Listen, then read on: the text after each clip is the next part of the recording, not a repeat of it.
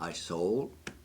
As a matter of fact, every Saturday was money for my living expenses. I always made enough money every Saturday because I worked Saturdays. Selling myself, that's how I paid my bills. The rest of the money went into, for the future, I thought maybe I'd like to get a dealership of my own sometime. And to say that you just really plan to do this and that, actually I was forced into building a unit. Yeah.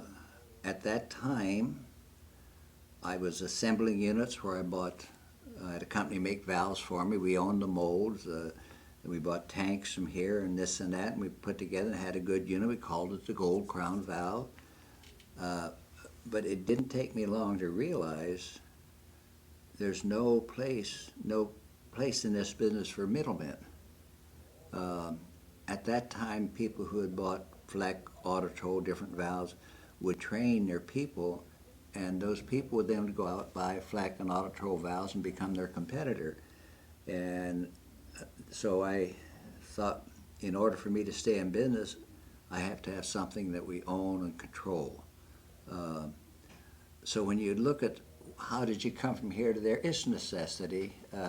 Once you get the knowledge of one thing, then you get the knowledge of another thing, and you keep moving along. I'm not an engineer. When that unit was designed,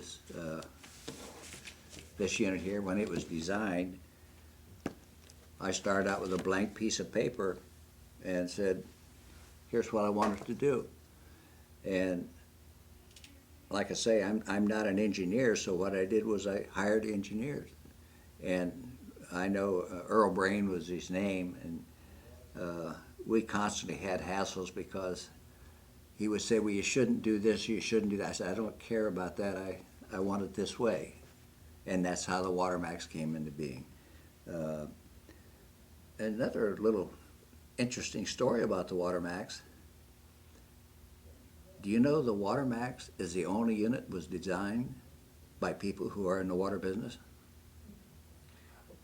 I didn't know that. Bill Pryor, who designed Connecticut, was a good engineer, but he had never been in the water business. He just had an idea that this would be it. Fleckenstein, who made valves for years.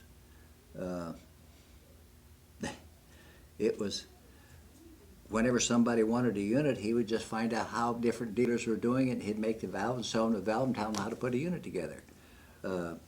By doing this, coming up with a unit, it was done for this reason. When we own and control the equipment, which we do, we hire and train our dealers, anybody who's selling the unit, you have something different to sell. You have something that if somebody wants to become a dealer, that's fine. They can become a dealer, but not in your town. Because what happens when you sell an assembled unit, first thing the young man does who leaves you is decide, I'm going to sell it for a lower price, therefore I'm going to pick up all the sales. I don't know if you're aware of it or not, but the people who start in that type of business, the failure ratio is over 90%. To jump back a little bit, so when you thought you wanted a new unit, that you had a list of qualifications or requirements, you didn't have a clue what it was going to look like. You didn't think it's going to look like No. this. You just said, this is what I want. And I know you've told me that once you convinced the engineers this is what you wanted, what were some of the issues when you ran in, like, okay, so now you have this concept, then what do you do when you say, I got to make it? And nobody's making anything like this, so now you have to... Well, first thing we found out, or I found out, take the resin people. All the figures that we had been told they worked at was not true. the resin for the ionic exchange or the plastic? The ion exchange process, it worked, but it didn't work at the way that they said it would. We found that when you go to clean regular resin up, who makes the best resin? I don't know. Probably the old company, Roman Haas, they're going, they probably made the best resin. We happened to use them, but Dow and different people made it. But we found a very disturbing fact. More water is softened on standard resin from the inside than the outside. And that meant if I have 1 cubic foot of media in there, the minimum amount of water I can use if I have a little bit of iron, just a little bit, is 65 gallons of water. Because I'm softening the inside and you have to scrub it, clean it more to get the trash out of the center. Fine mesh resin, I'd heard of it existing, but I didn't know anybody who was really using it to call, so I talked to IONAC, and they explained to me that it was this and that and everything else, and I ordered a tractor-trailer load of it, and it wasn't until 3 years later I found out that was the first tractor-trailer load ever made. So the reason we've done all the things we've done in resin and different materials is it's the only system you can load with many different things. The fine mesh resin really did just exactly what I wanted. It enabled us to regenerate in less than half the time and in less than half the water. Why? Because the little bead is almost solid. The ion exchange process takes place on the outside, which means that we get a higher capacity because there's so many more beads, and when it comes to cleaning it up, we actually are not wasting water. It's just another good, true sales feature for people in the field. All the things that we found out about fine mesh, when IONAC went to Europe, they used our figures. We were the only one who actually had the lab test on resin. We just knew a big company like IONAC had done all this testing and everything, and they didn't do anything. And they didn't even tell me I was a guinea pig, but that's neither here nor there. That's the story of the resin that goes in the tank itself. But we found a lot of other things. The fine mesh resin is an excellent resin, but if you get dirt in that part of the tank, because everybody knows you have to have freeboard in a water treatment system. If you have freeboard with fine mesh, every time you backwash, you lose 25% of your capacity because of the beads rubbing together, knocking the charge off. So we found we had to pack the beds. And in packing the beds where the beads don't use or move around, we get all the capacity out of it, but if dirt gets down there, we can't get it out. So we found a material where it was used. In the old days, people always had to clean their spark plugs. Oh, well. And that's done with a sand-like material. And when we were hunting different things, I had come up and said, why don't we try some of this, I forgot the technical name, we call it ultrafill. Garnet rock. The garnet. We called the company, and matter of fact, it was Champion Spark Plugs. And found out about garnet, and I asked, have you done any testing on filtration on it or anything of that nature? He says, a little bit, but he said, we're on internet, so we just don't want it plugging up everything, so it does this and that. So I bought some from them, and we put it into a unit, and we found all it takes is a 1/2 inch of it, and it will,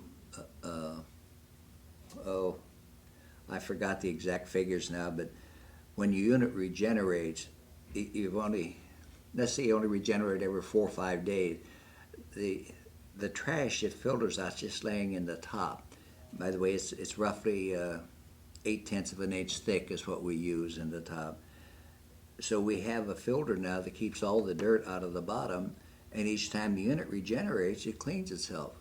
We have never, in all these years and hundreds of thousands of units we've sold, have ever had a filter go bad. So that gave us our mineral tank. Well, then we found that if I am on city water and I put carbon up above it for chlorine or anything of this nature, bacteria grows. And then we went to a company called KDF. By the way, all these things I'm telling you, it's just like the ultrafill. We sent it out to independent testing laboratories, 2 of them. And the one that we use told us that from the test, they run a whole series, but the first test they run on it, 20 microns came through. 40 microns you can see. All the other tests, as it was used, they just kept coming down. When you look at it, most of the tests will show that it's about a 4 or 5 micron filtration system. But we had to use 20 because in Michigan, wherever the worst figure is, that's what you use, even though that's not what they work at. So that gave us a filter, and then we found KDF, if we put it in the bottom of the tank, because our unit counter current regeneration, the brine comes in the bottom and up through the bed. When that water comes up through the bed and hits KDF, Thomas Edison, his light bulb, everybody says, well, he gets from a generator, and he didn't. Where he got his direct current for his first light bulb, as a matter of fact, if you go to his place in Florida, it's still there.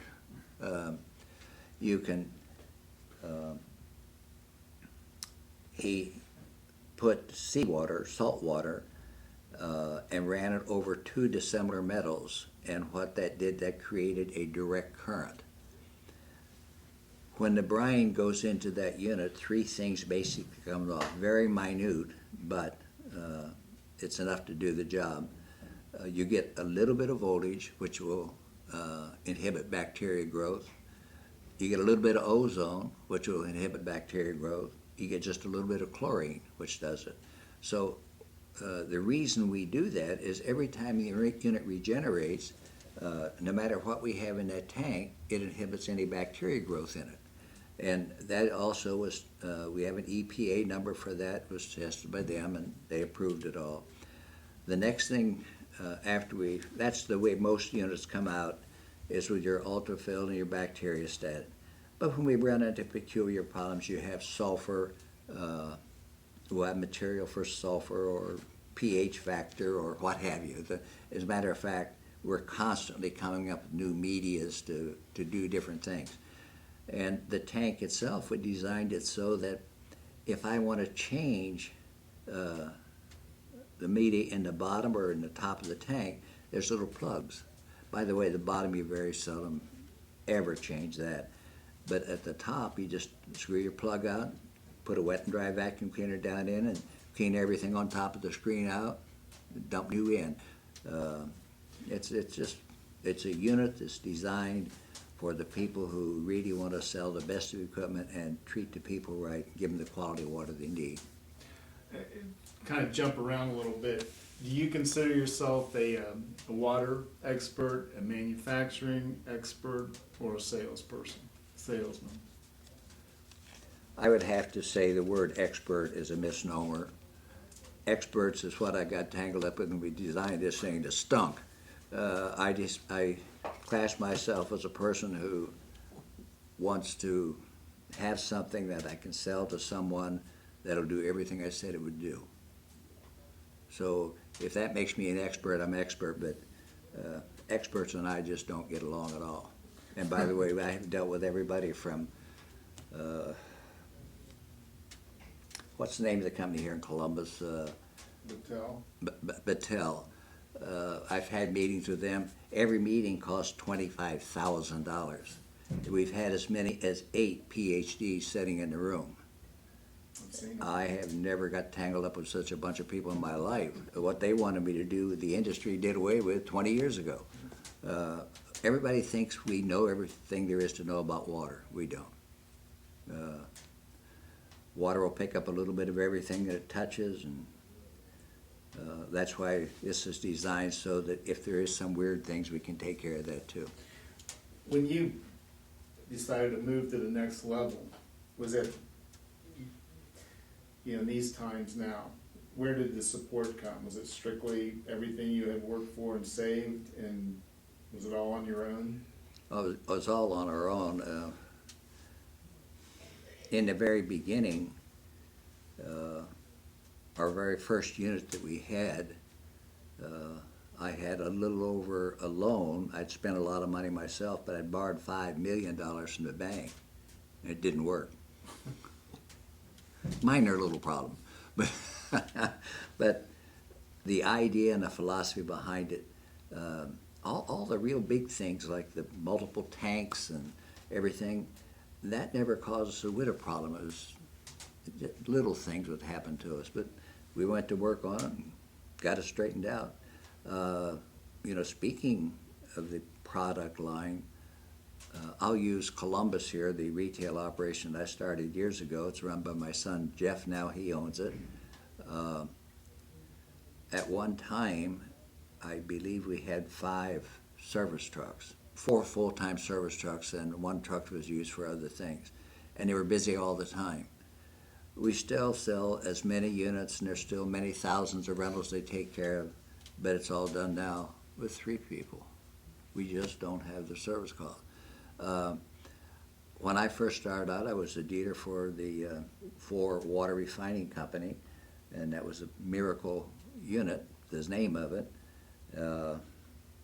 I happened to notice in my parts room, it looked like I had a lot of parts. I was always low on something and out of a few things, but I sat down and did an inventory. I had over $35,000 worth. Now we're back in 1960s money.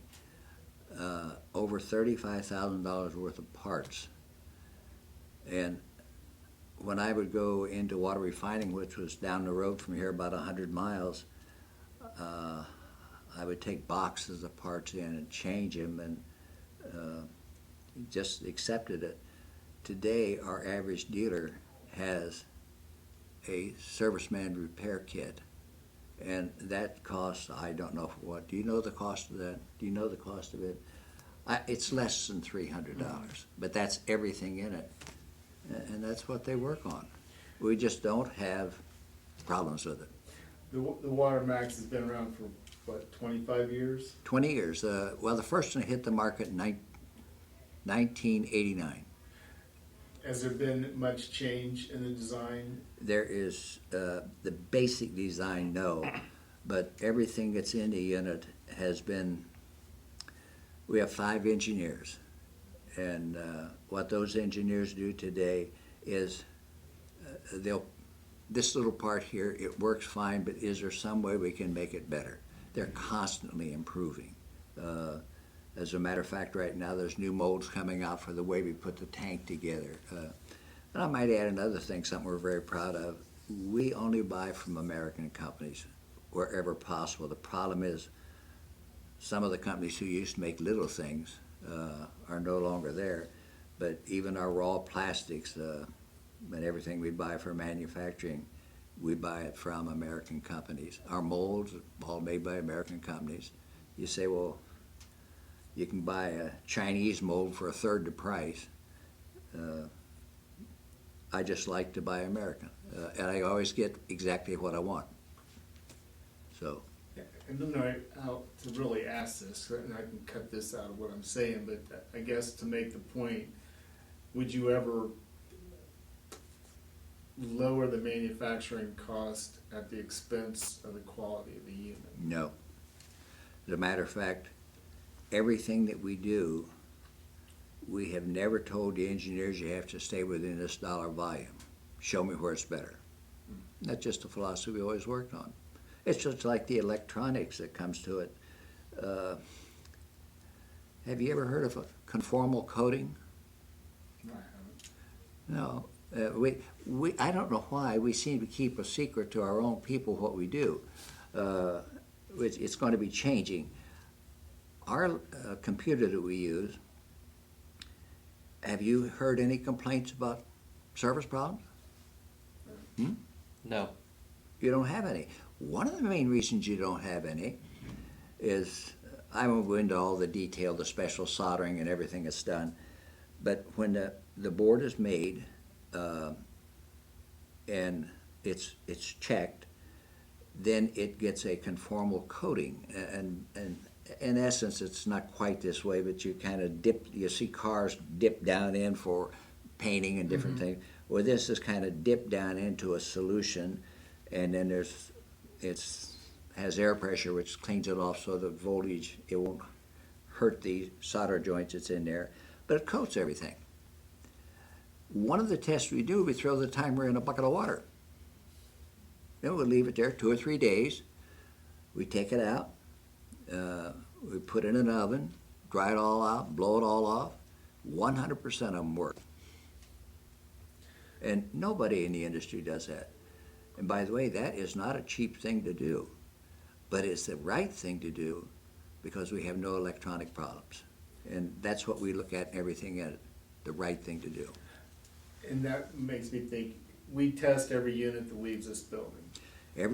We have a testing facility that nobody has like it. What happens with every single unit that we make? The very first testing facility we made cost a little over $500,000. If you go back there now, there's naturally more stations and bigger and everything else, but the first thing we do with the unit, by the way, all the parts are inspected first and approved and everything else, but when it's all put together, its electronics is on it and everything, does the thing really do what we say it will do? So it goes into this rack. We used to use meters that would tell us how much water's going through it, but they were always plugging. And we found that a water weighs so much. So if we're pulling it or pushing it, we're still pulling or pushing a weight. So we have special scales under every unit that we can tell you to within 1/8 of an ounce of what was drawn into it or what was pushed through it. Well, we fill them with water first thing. I'm sorry, we fill them with air the very first thing. And the reason you put air into it is to check and see if there's any leaks or anything of this nature. And with no leaks, then the computer will automatically go to your first cycle. When it goes to its first cycle, if we have to fill that unit up with water, it takes us roughly 3 minutes to fill it with water. But being as we have that 150 pounds of air pressure in there, when we release it and it's blown out and down the drain, it sucks water in. We fill it in less than 10 seconds. Then it goes through all the different cycles that the unit has. And the computer is watching everything. And if that unit passes, now if it goes too high on something or too low on something, it'll reject it. But it'll tell the person who's doing the testing what's wrong with it. And then when it goes through all these tests, if everything tests fine, then the little printer will print up a serial number for the unit, and it goes on. So the unit has went through, we've tested the electronics, we've tested the valve, we've tested the tank. It's all done to within a very narrow specification. Above it or below, it's rejected because either one of those things can cause problems. We build a unit that when a person in the field, a serviceman gets a hold of it, he doesn't have to start assembling anything, or does this work or does that work. Whether it be an RO or a WaterMax unit, they're all tested. 100. By the way, do you have any idea what our competitors do on completed units? No. There's only one will test a completed unit. That happens to be ECO, every 8 hours. Culligan will test every valve, but nothing else. We test everything. Was that philosophy like from the beginning, or at what point did you decide? It was from the very beginning. Of course, in the very beginning, we had we didn't realize what all to run into in the course of time. But through quality control, forcing good quality control, they forced us to change all the little things we had to change to bring it up to there. It's like the tank itself. Every single manufacturer, you buy these things by 80,000 pound truckload, it's 80,000 pounds comes in on a truckload and goes in those big silos sitting outside. Every single manufacturer recommended one or two things. We found the tanks would blow up at about 200 psi. I found this resin from an old truck company who made their own filter cartridge. And the guy says, this has always worked fine for us, so we ordered something in. Every single one of the people who sell the media said, don't do it, it's a waste of your money. These tanks now are all tested. I think 325 psi is what they have to go to, but we always run them up to about 500 psi. We can, and by the way, every week, Sam has been with us for years. One of his jobs is he'll go back and get a new unit, blow it up. And it goes on constantly. But it's here against quality control. And you think I'm rough on quality control, you ought to deal with Sam. He gets mad at the engineers and everything back there when he has a problem. Yeah, I spent the morning with him, actually. He was blowing a tank, and I was filming it. 2010, and I know there's a dispute over this, but in 2010, everybody's going to agree that Hague's been in business for 50 years. Well, actually, if you look on all of our literature, you'll see it says 1960. 1960 is the year I incorporated. Mm-hmm. If you want to know exactly when I started in business, my first vendor's license was January 31st, 1956. So if you take 60 or you take the 56, we just aren't going to change it because it's been that way so many years. Any, 50 years, anything you would have done differently? I mean, do you feel that the Water Max has reached? Well, let's put it this way. If you want something that regenerates in far less time, uses far less water, quiet, causes no service, you'll have a few, but mostly it's caused by our installer or some little thing. And you want a unit that for each pound of salt gives you more softening capacity than anybody in the industry. By the way, that statement was challenged by Culligan. And of all people, Culligan, because their efficiency is not too high rating. And when it appeared to the judge, Culligan wanted us to give them our testing results. And I said, no, we wouldn't do that. Test it yourself. And we told the judge, or our attorney told the judge that we would be happy to give him the facts and figures. Mm-hmm. And that's what actually happened. And when we were standing in court, the judge called the two attorneys up in front of him and said, these test figures I have, are they accurate? Yes.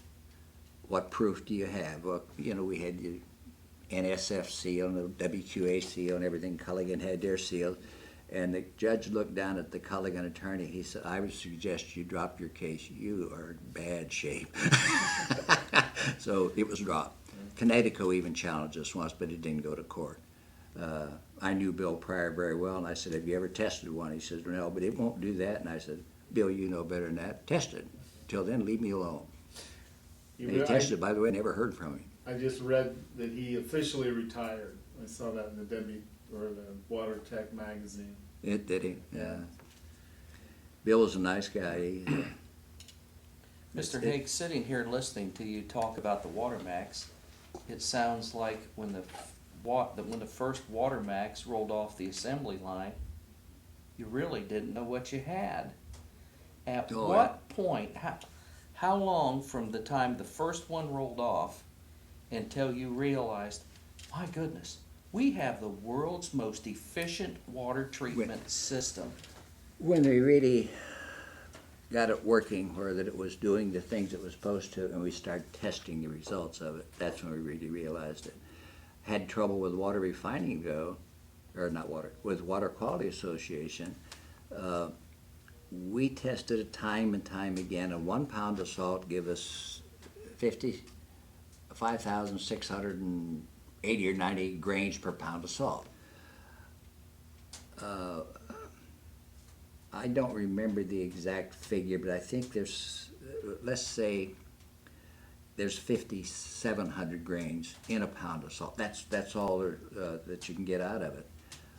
Our problem was Water Quality Association, when they ran their test, they got over 6,000 grains per pound of salt. And they tested it 6 times. And I said, we can't use those figures because there isn't that much grains in the salt. He said, yeah, but he said, whatever you're doing with that packed bed and that upflow brining when it comes through, he said, that's what we're getting. And I said, I'm not going to use that. He said, why not? I said, we'll stick with our reading. And but that's when we started to realize what we had. Running out of tape here, someone asked, tough times right now, at least some people act like it's the end of the world. I just know from my parents and grandparents, things have been a lot worse. But you make a living in direct sales these days?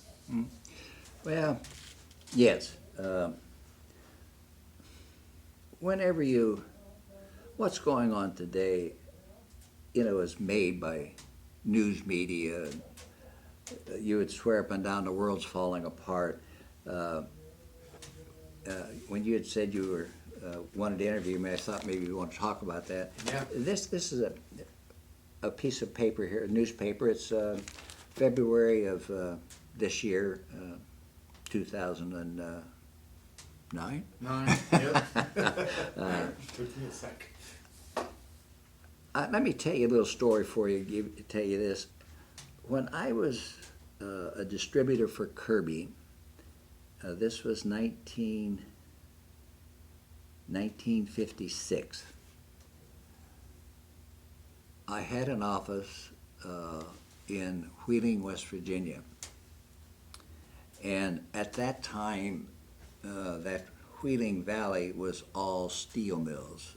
Wheeling Steel, I can't even think of all the names. But they went on a strike. And when you shut the steel industry down in the valley, you just wiped out the employment. Even those who aren't in the steel mill depend on the income and everything for the workers of the steel mill. The 3rd month of that strike, was the first time we sold over 200 units in a month. By the way, over half of them were cash. And people would say, well, that doesn't work that way. You can't do that. What we found was very simply this. When times got a little hard in the valley, and that was kind of hard in the valley to say the least, it's easier to hire people. Your people you have work harder. And all we did was stick with basics, not selling units, showing units, demonstrating, and keeping our demonstrations up. And like I say, we broke over 200 sales. And the reason behind it, getting all the cash, the people had money, but they just weren't going out and spending it. We were going to the homes and getting it. Now with that, let me tell you what's going on today. In this paper here, it talks about businesses. It says the best and the worst. I think we'll all agree on one thing, that the biggest employer we have is small businesses. And what they class here as your categories of businesses with less than $15 million annual revenue in 2008 compared with 2007. The best and worst, these figures are based on that. I'm going to give you the worst first. The worst people who's losing money is real estate agents, broker offices, etc. It's down 5.52%. And then you come on down here to the bottom one, it's down dry cleaning and laundry services, it's down 0.84%. There is 1, 2, 3, 4, 5, 6, 7, 8, 9, 10 things in that line. And I think if you listen to the news media, they'll tell you we're 7%, we're going on 80%, all these stupid, ridiculous figures they come up with. But even the worst one's only down 5.52%. Let's go over here to the best. In the companies who are your small businesses of $15 million or less, software publishers is up 17.39%. The bottom one is up 9.24%. Even the bottom was far better percentage than the worst over here. But in direct selling establishments, they're up 12%. Here again, it's the same philosophy as wheeling steel. You have this going down. It's not that people don't have money, they just aren't spending it. And when you go out and realize your job is to show the product, you up your showing of the products, your sales will skyrocket. And so in a time like this, in our business, it doesn't faze you. I've heard people say, oh my goodness, we lost our financing or this and that. I don't know if you're aware of it or not, but right now, even banks are hunting people to loan money to. There's plenty of people out there to buy paper. I've never had banks, I'm sorry, I shouldn't say that have had banks come to us and want to buy our paper, but I was talking to a banker here in town, and he was asking me, can we talk to your retail operations? He said, we need paper. So there's plenty of it out there. That's why our reps help our dealers in doing all these things. But I don't know if I'd asked you your question or not, but when it comes down to hard times are better for us than good times. Good times is people just don't work too hard. By the way, what got me started in the business was the rental end of the business. I knew that if I rented units and sold units both, I could use my sales ability to build a sales organization to supply me with cash to build my rentals up. And the only reason I'm going back to that, when I was with Kirby, the only thing I had to sell when I got out of the business was my inventory. You're not allowed to sell bodies, that's white slavery. But at the end of 1 year in the water business, I would not have sold you my business for $1 million. Today, from that effort and over the course of years, there's over 6,000 customers out there in rentals, and some of those people's 40 years been customers with us. I've met them. And it's just what the business does when you get into the sales and rental end of it. Now, some people don't like the rental, fine, don't get into it. But the sales and the rental end of the business, you build an income up. Jeff runs the retail operations now that we used to own, or I used to own. And every month, when he unlocks his door, all the overhead's paid from the income of rentals. And they still sell a lot of units and everything. But it's nice to have a business that is that strong. And you keep it strong by just doing the basics. I've got one more question, it has nothing to do with this. I would like for you to tell me about your first date with your wife, where you went and the whole. No. Well, my first date with my wife, we went out to Buckeye Lake. At that time, there was still, the dance hall was there and everything, and the rides and things of this nature. We had a picture where you get in this little booth, you put a quarter into it, and it gives you a little row of 3 or 4 pictures. And we still have one of those pictures, and Joyce was pretty back then and everything, but my picture just, I thought, oh God, that's awful. But anyway, that's where we went on our first date. That was the place to be. That was the place to be? Yeah, that was a place to be. I used to run where we came from in southeastern Ohio. I got through 1 year of high school. I was a highly educated one, but that's just the way it was. When I met Joyce, I was running heavy construction equipment. I lied about my age, and I hated the union, but that's neither here nor there. I was in the Operating Engineers Union on my 15th birthday, and I wanted to get married to Joyce, and at that time Korea was going on. It was towards the end of it. But I did not want to get married and be drafted, so I tried to enlist, and I have a bad left arm, and they turned me down. So we got married in August, and December the 23rd, I got a draft notice. Well, I wasn't too concerned. I went in for my, people say, well, they do things like this in Christmas and everything. But anyway, I went in for my physical, and there was probably 200 people going through these lines. I didn't see anybody rejected. They needed bodies. All of us had this little round stamp on the back of our hands, and it said "okay," like a piece of meat. It stamped us, and I never got back home. So, but it was the best thing that ever happened to me. It broke me out of construction work. Mm-hmm. When I came out, I thought, well, maybe I'll get a job selling equipment. I went to see this one fellow, and he said, well, I don't think you'd ever make a salesman. So I didn't go to work for them, and that's when I answered an ad with Kirby, and they put on a demonstration. I thought, well, anybody can sell those things, so hence that got me into sales. Then everything just came along.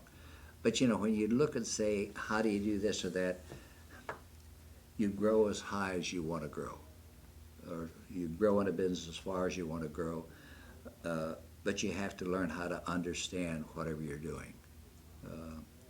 I know when I look back and think about this unit here and the designing and working with it, Earl Brain helped me a lot, but here again, I was just hard-headed enough. We changed things around, but I would not have been able to do it myself because, like I say, I'm not an engineer. But working, understanding what I was doing, and knowing what I wanted, it came to pass. In contrary, he really wouldn't have come up with it either because you were providing the ideas and he just carried it out. Yeah, Earl was an actual engineer, and he was a very good engineer because he's the type of engineer who has so much experience. And he was one of the guys who said, well, no, that media won't work or this media won't work. And I finally got started to listen to any of them, but do it our way.